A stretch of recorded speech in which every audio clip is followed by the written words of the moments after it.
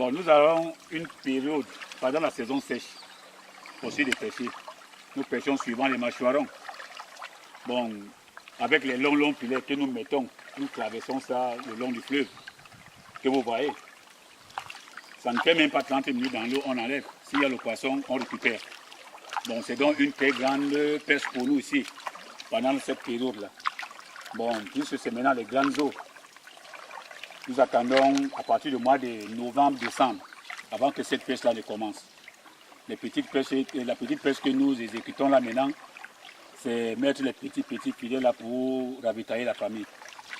Et les bayamsels ne viennent pas parce que ça c'est un temps mort. À partir de la saison sèche, vous voyez les maisons qui sont en face de nous là. Ce sont les Biafrais qui habitent là-bas. Et eux aussi, bien souvent au secours. C'est-à-dire que c'est là où ils campent. Pour le moment, ils ne sont pas là. L'eau les a déjà chassés. Bon, après, quand les eaux là vont commencer à baisser, pendant la saison, d'ici le mois de novembre, ils vont donc commencer à venir et récupérer leur campement. Bon, nous faisons donc cette pêche ensemble avec eux. Et les bayamsels là, puisqu'il y a le téléphone maintenant, quand il y a une bonne quantité de poissons, on les appelle, ils viennent récupérer. Ils nous donnent quelque chose. Et ils récupèrent ça comment? Ils achètent. Ils viennent en voiture, ils viennent... Ils ont les motos. Il y a aussi d'autres, pas les bayamsels, les particuliers aussi, hormis les bayamsels, qui peuvent venir en voiture. Ouais, comme vous êtes venu là tout à l'heure. Donc s'ils trouvent une bonne quantité, ils peuvent aussi payer, mais ce ne sont pas les bayamsels. Les bayamsels, eux, ils ont les motos. Voilà. Et on n'utilise pas le fleuve pour transporter? Il n'y a pas des gens qui voyagent dans le fleuve en pirogue? Avant, on traversait avec eux. Maintenant, ils ont appris aussi à ramer. Donc, ils traversent maintenant seuls. Puisqu'ils n'ont pas de pirogue. Bon, nous les donnons suivant nos petites pirogues pour traverser de l'autre côté et se ravitailler là-bas. Et ce fleuve comme ça, il arrive où? Ce fleuve va jusqu'à Yabassi. Jusqu'à Yabassi. L'eau aussi vient jusqu'à Yabassi. Et puis on nous dit, les gens qui habitent là-bas, que ça vient jusqu'à Tchang. Ouais. Pour se rejeter dans le fleuve Bourou. Bon, là devant alors, comme nous sommes en train de partir là maintenant, il y a deux criques. Donc il y a un côté qui mène à Yabassi, à Ewoudi quoi. Là chez le ministre, comment on l'appelle là? Le ministre de Ewoudi là, les deux là. Le ministre des Relations, c'est le ministre des Relations, je crois bien. Voilà. Mokoko Mbonjo. Donc voilà, c'est donc la route qui mène chez lui. Parce que la principale route qui mène chez lui, il passe même sur là ici pour y aller. Avec la chaloupe quoi. Voilà. Et il y a encore un autre, le cric qui entre là à gauche. Nous allons partir, nous serons obligés d'arriver jusqu'à là-bas. C'est ça aussi qui mène jusqu'à Abo, donc chez le président de la Cour de Pandamele. Voilà. Donc c'est dans son cric là qui est complètement bouché par la fleur-ci qu'on appelle la jacinthe. Bon, il n'y a donc pas moyen d'enlever cette fleur. La population, le village a essayé. Nous appelons seulement le secours. Parce qu'avant, c'est par là-bas que nos parents passaient. Il y avait un marché là-bas à l'époque. Bon, après donc l'évolution, le Bombari, il y a aussi eu l'évolution et on a eu le marché à Bombari. Même tout le monde là, qui venait là-bas à Ewoudi entrait par là-bas pour aller faire le marché. Et maintenant on arrive même la pêche. Nos grandes pêches là même se faisaient là-bas dans le cric parce que c'est là-bas où on trouvait beaucoup de quantités de poissons. Bon, maintenant le cric est bouché. Mais vous nous avez dit qu'il y a eu une expérience avec quelqu'un par rapport à cette fleur-là. Qu'est-ce qui s'est passé?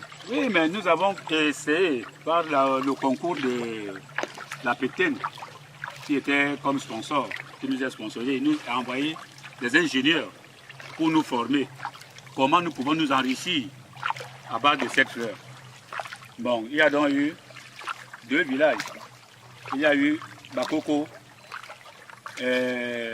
Bonindale et Boumono, où peut-être nous étions à plus d'une trentaine de personnes. Nous étions à plus d'une trentaine de personnes que les ingénieurs ont formés dans l'arrondissement.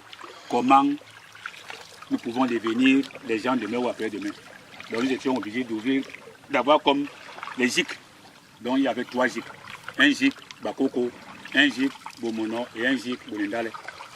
Bon, après donc la fin de la formation, parce qu'on a même eu des diplômes. Voilà, l'attestation de formation, de fin de formation, et ainsi de suite. Après donc cette fin de formation, il nous est donc donné la PECTEN. Elle nous a donné la PECTEN, tant pour moi. 3 pirogues à moteur et 3 moteurs hors bord. Pour nous en servir, d'enlever cette fleur dans de bonnes conditions et d'aller la mettre en pratique comme ils nous ont formés. Bon, malheureusement, de notre côté, si Bakoko, notre GIC ne fonctionne pas. Ça a commencé, mais il y a eu une mésentente entre nous-mêmes les membres. Et vous connaissez un peu, vous savez que c'est le FECOM en fait. Vous avez entendu parler de ça, le FECOM? Le FECOM, ici, là, pour le moment, je n'ai pas encore suivi. Ça sert à quoi, s'il vous plaît? C'est une structure de l'État qui finance les communes, qui finance les GIC, qui finance un peu le développement en fait. Donc, ça a des délégués régionaux, des délégations régionales partout. Hein, et puis, donc, la communauté, c'est surtout à travers les mairies. Hein. Le maire peut demander du financement pour des activités génératrices de revenus. Hein, par exemple, ils ont même financé une menuiserie, par exemple à Ezeka. Hein, et la mairie, donc, tire de l'argent de ça. Ils peuvent financer des activités économiques. Hein, ils peuvent financer des routes, des ponts. Ils financent des marchés. Et c'est un peu parce que je me demandais si pourquoi dans l'eau, parce que l'eau c'est c'est comme une route, ils financent des engins, hein, donc ça peut être même des pirogues, etc. Donc je me demandais si effectivement vous avez déjà eu. Je ne sais pas si c'est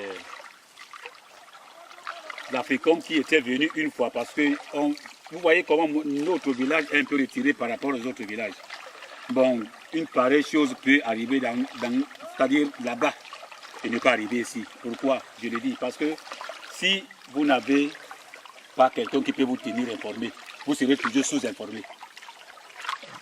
Et ceux qui ont quelqu'un qui peut les tenir informés seront informés.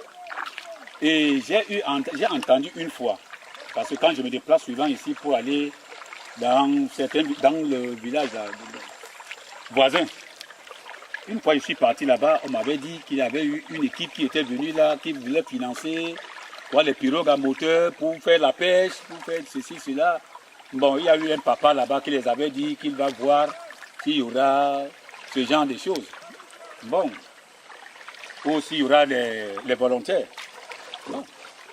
Par exemple, comme vous voyez comme ça ici à Assec, une pareille occasion, si ça nous arrive ici, là, nous serons très fiers. Très fiers. Mais ceux qui sont là-bas, ne font pas, ils ne vivent pas de la pêche. Ils ne vivent pas de la pêche, c'est nous qui vivons de la pêche, c'est nous qui connaissons ce que c'est que l'eau.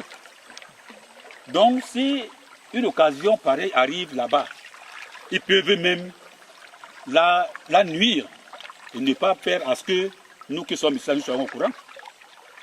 Et il y a des centres de santé à Ibombari, non? Oui, bien sûr, il y a un centre de santé à Ibombari. Il y a même un centre de santé jusqu'ici, même à Yassem. Il y a des cases de santé ici à Yassem. Il y a une case de santé à Yabadibé, à Yabéa. Et un centre de santé, c'est à Bombari.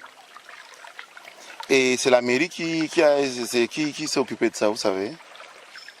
Bah, tout ça, c'est le gouvernement. Hein. C'est la mairie qui a construit ici, pas sûr. La mairie a construit. Et ces centres de santé, donc, mais vous quand même, par exemple, quand vous êtes malade ou votre famille est malade, comment vous vous organisez? Puisque il n'y a pas un médecin ici, séance tenante, qui peut nous encadrer. Voilà, tous les médecins qu'on envoie ici, là, je ne sais pas pourquoi ils ne restent pas au village, soit disant que le village n'est pas peuplé, ou ils sont venus faire le travail, ou ils ne sont pas venus faire le travail, nous on ne connaît pas.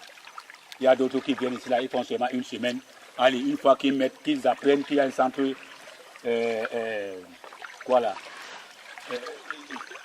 que le Bombari est un centre de là où il y a beaucoup de choses, machin. Une fois qu'ils partent là-bas, allez, ils commencent seulement à faire n'importe quoi, ils restent là-bas, ils abandonnent le cas de santé ici. Bon, si quelqu'un tombe malade, s'il ne meurt pas sur place, nous serons obligés de la transporter en pirogue. S'il n'y a pas la voiture, immédiatement. Ouais, pour l'amener à Douala. Parce que porter une personne sur le dos, c'est difficile jusqu'à Bombari. Vous avez déjà fait ça, hein? Mais c'est ce que nous faisons. Et quand nos femmes sont enceintes, une fois qu'elles ont au moins 5 mois, elles ne doivent plus rester ici avec nous. Il faut les évacuer à côté d'un centre de santé. Ouais. Soit là-bas à Bombay, soit en ville. Dans la pirogue, vous êtes vraiment à résoudre ces problèmes de non, ces cas? Avec la pirogue, avec aussi, on a au moins, au trop, 35 minutes, 40 minutes, nous sommes déjà à Bonamsari. Avec l'eau aussi qui ne fait que descendre, nous sommes déjà à Bonamsari. Je suis Benjamin Pessalkake, ingénieur de formation, le chef service technique de l'aménagement et du développement urbain à la commune de Tibombari. Je suis chargé du suivi, du montage, du contrôle de tous les projets de la commune. Voilà. Quels sont les projets? Racontez-nous un peu. Les projets de la commune sont de nature très diverse. Nous avons des projets sur le secteur de l'électricité, en l'occurrence l'extension des réseaux. Nous avons également l'éclairage public. Nous avons l'utilisation de l'énergie solaire pour certains cas de nos constructions d'ordre d'utilisation communautaire. Nous avons des projets d'alimentation en eau potable, d'approvisionnement en eau potable, autant pour moi, c'est-à-dire des extensions de réseau. Nous avons des réalisations de forages. Oui. Nous avons également le montage des projets en commun accord avec le Akamwata pour le cas des villes de Douala et ses environs. Nous avons des projets également dans des BTP, dans les bâtiments et travaux publics.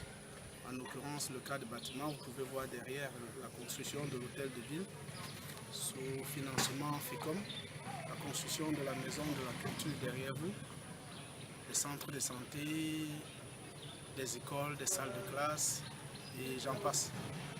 Dans le cadre des travaux publics, toujours, nous avons l'aménagement, la création, l'entretien des routes, des voiries en général, et même des ouvrages d'art, des ponts, des dallots, des curages, des bus, dont l'assainissement en général.